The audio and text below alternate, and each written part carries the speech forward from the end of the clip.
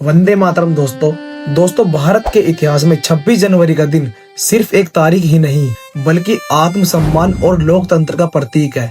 यह उस समय की बात है जब भारत अंग्रेजों की गुलामी से आजाद हो गया था, लेकिन देश के पास अपना कोई कानून नहीं था। जब गांधी जी ने अचानक से असहयोग आंदोलन खत्म कर दिया था और पूरे देश में स्वतंत्रता सेनानी डोमिनियन स्टेटस की मांग कर रहे थे और 1926 में कनाडा, ऑस्ट्रेलिया और न्यूजीलैंड को डोमिनियन स्टेटस मिल चुका था और 1929 में लाहौर अधिवेशन में पंडित जवाहरलाल नेहरू पूर्ण स्वराज का संकल्प पास करते हैं। तब कांग्रेस ने फैसला किया कि अब उनको डोमिनियन स्टेटस नहीं बल्कि पूर्ण स्वतंत्रता चाहिए। लेकिन 15 अगस्त 1947 को भारत स्वतंत्र हुआ, पर देश अभी भी अंग्रेजों द्वारा बनाए गए नियमों से ही चल रहा था। जनता आजाद थी लेकिन अपने अधिकारों को नहीं जानती थी। और फिर दोस्तों देश के महान नेताओं ने सोचा अगर देश को सच्ची आजादी देनी है तो उसे अपने नियमों से चलना होगा।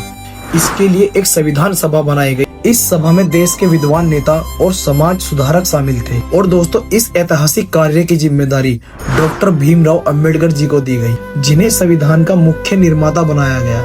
करीब 2 साल 11 महीने 18 दिन की कड़ी मेहनत के बाद बाबा साहेब ने संविधान तैयार किया। इस संविधान में हर नागरिक को समानता, स्वतंत्रता, न्याय और भाईचारे का अधिकार दिया गया और 26 जनवरी 1950 को यह संविधान पूरे भारत में लागू किया गया और भारत एक गणतंत्र देश बना, जिसका अर्थ है कि अब देश का राजा कोई व्यक्ति नहीं बल्कि जनता और उसका संविधान है। तो दोस्तों इसी प्रकार हर वर्ष 26 जनवरी को हम गणतंत्र दिवस बनाते हैं ताकि हमें याद रहे कि देश की असली ताकत संविधान है। धन्यवाद दोस्तों।